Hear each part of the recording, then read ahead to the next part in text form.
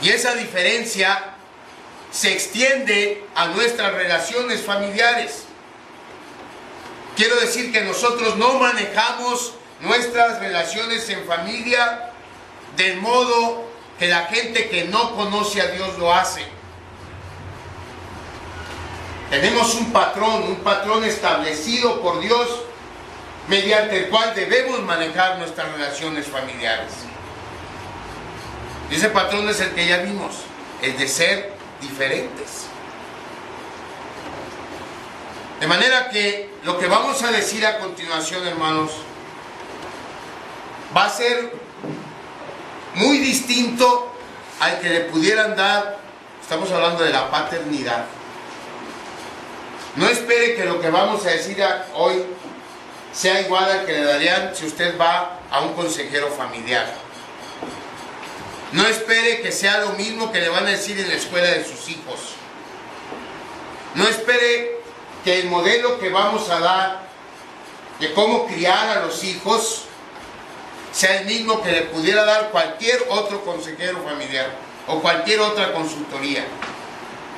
Y no estoy hablando de que sean malos estos lugares o estas instituciones. De hecho, funcionan para cierta gente. Pueden, y de hecho tienen incluso muchos puntos en común con el modelo bíblico. Pero esos patrones, los que usted le pudieran dar en una consejería familiar, los que le pudieran dar en una escuela, los que le pudieran dar en cualquier otra consultoría, no son el patrón bíblico. El patrón bíblico solamente está en la Biblia. Entonces, ese es el patrón que nos interesa. ¿Qué nos dice Dios que debemos hacer como sus hijos para criar a nuestros hijos? Y en ese patrón es el que nos vamos a concentrar. El punto de partida, el punto de inicio es reconocer que todos los hijos proceden de Dios. Dios nos lo dio. Y el primer mito que debemos descartar es el mito de que los hijos no vienen con un manual de instrucciones. Porque eso es lo que mucha gente dice, pues que no sé cómo crear, mi hijo no vino con manual. Sí vino, hermanos. Si hay un manual, es el que vamos a ver. Es el manual que está en la Biblia. Que muchos padres no quieran usarlo, eso es distinto. Que muchos padres, no digamos no quieran seguirlo, no quieran ni siquiera leerlo, eso es distinto. Pero Dios no nada más nos dio a nuestros hijos, nos dio un manual de cómo criarlos. Herencia de Jehová son los hijos, dice la Biblia. Son regalos que Él nos da para alabanza de su gloria y para hacer una bendición para nosotros. Para eso Dios nos dio a nuestros hijos. Para alabanza de su gloria y para que nos den felicidad.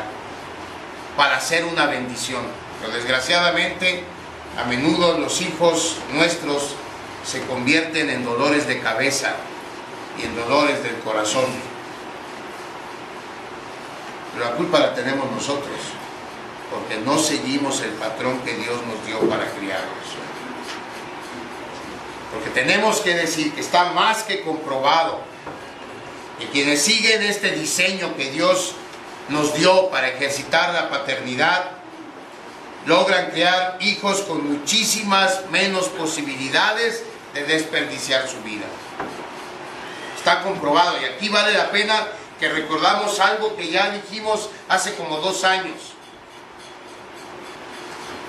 Se trata de un estudio que se realizó en la Universidad de Harvard, en los Estados Unidos. La Universidad de Harvard es una de las instituciones de educación superior más reconocidas a nivel mundial. Ahí, 2 sociólogos se dedicaron por años a identificar factores cruciales que pudieran predecir niños que no se convertirían en adultos delincuentes. Eso era lo que querían ver estos sociólogos. ¿Qué había presente en la vida de los niños que crecían y se convertían en hombres de bien, no en delincuentes?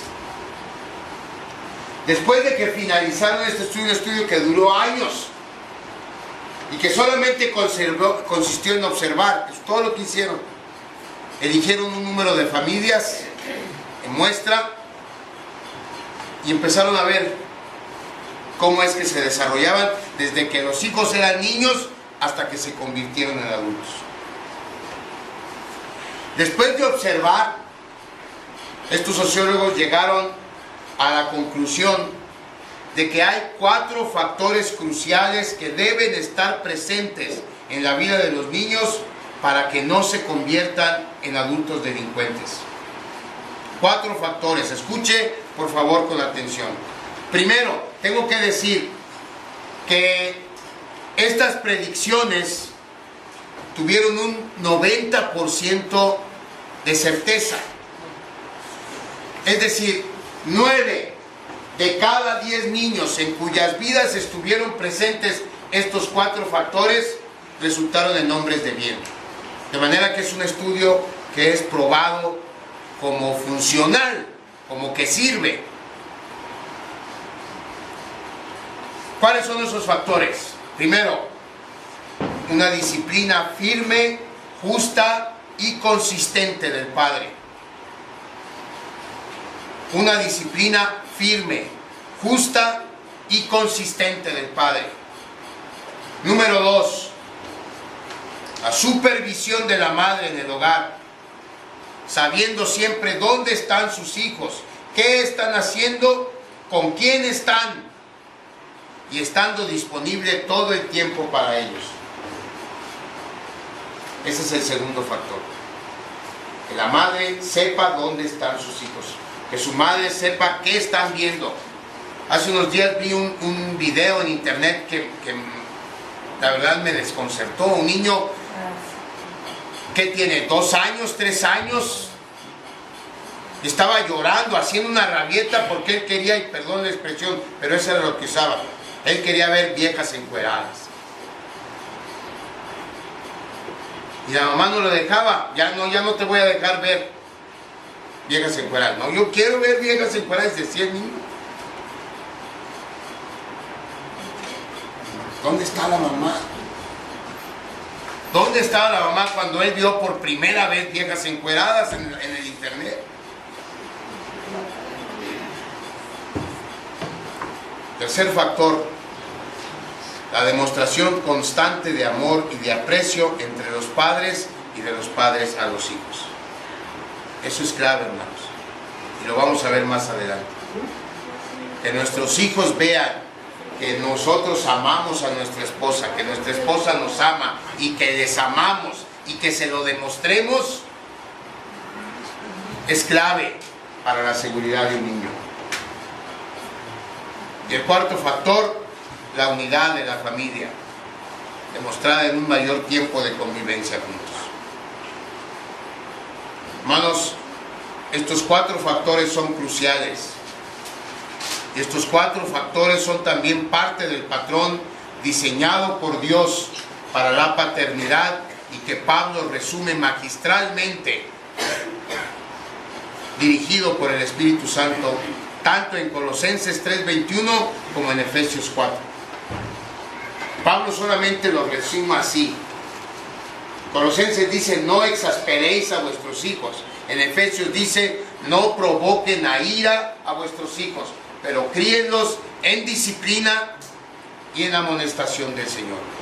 Ahora debemos notar que en ambos pasajes Pablo usa el plural para dirigirse a los padres, a los dos. Lo que quiere decir que ambos, el padre y la madre, estamos involucrados en este proceso. Ahora, la gracia de Dios es cierta, hermanos. Hay hogares que por desgracia no tienen la presencia de los dos padres. Y la gracia de Dios es suficiente para que el padre que está presente pueda cumplir con este patrón. Pero los hogares que tienen las dos figuras, El padre no puede desatenderse y decir la crianza de los hijos es cuestión de su mamá, ni viceversa. La obligación es de los dos. Ahora, si nos vamos a enfocar, y quiero que nos enfoquemos en el pasaje de Efesios 6, vamos a notar que hay dos instrucciones. Hay una en un sentido negativo y hay otra en un sentido positivo. Y debemos considerar esas instrucciones, ambas, la negativa y la positiva. La negativa es esta: no provoquéis a ira a vuestros hijos. Y si se fija, es la misma instrucción de Colosenses 3:21, nada más que con otras palabras. Pablo dice en Efesios, no provoquen a ira a sus hijos. Pablo dice en Colosenses, no exasperen a sus hijos. Así es como Dios en su palabra resume lo que Dios o lo que no debemos hacer. Y lo que Dios nos manda es que no debemos hacer enojar a nuestros hijos. No debemos hostilizarlos. No debemos hacerlos amargados. Porque si lo hacemos, lo único que vamos a lograr es ponerlos en contra nuestra y en contra de todo lo que nosotros valoramos. Si nos dedicamos a hacerle la vida amarga a nuestros hijos, si nos dedicamos a hostilizar a nuestros hijos, lo único que vamos a lograr es que ellos odien todo lo que tenga que ver con nosotros. Y al final de cuentas, esas actitudes, en vez de edificarlos, los va a destruir. ¿Qué quiere decir provocar? ¿Por qué Pablo dice no provoquen a ira a sus hijos? Provocar quiere decir irritar. Quiere decir hacer enojar a alguien de manera intensa. Usted no quiere hacer eso con sus hijos. Nadie quiere hacer eso con sus hijos. Pero entonces es evidente que algo estamos haciendo mal.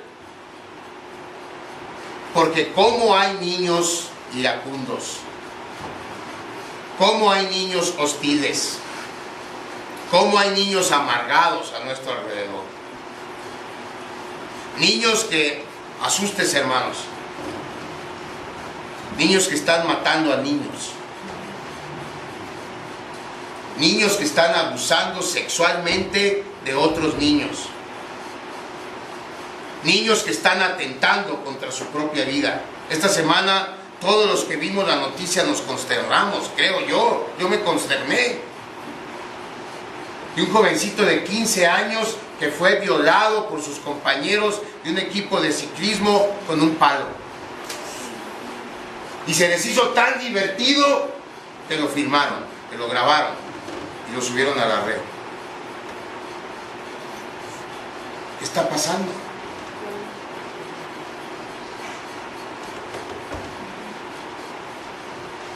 Es espeluznante. Pero hermanos, si no seguimos el patrón de conducta que Dios estableció, corremos el riesgo real de que nuestros hijos sean parte de esta estadística. Y no estoy exagerando. Y aquí debemos saber, si no debo provocar a ira a mi hijo, ¿qué es lo que provoca que mi hijo se ponga iracundo? ¿Qué es lo que provoca que mi hijo se amargue? ¿Qué es lo que mi hijo pierda la proporción de lo que está bien y lo que está mal? Y debemos saberlo.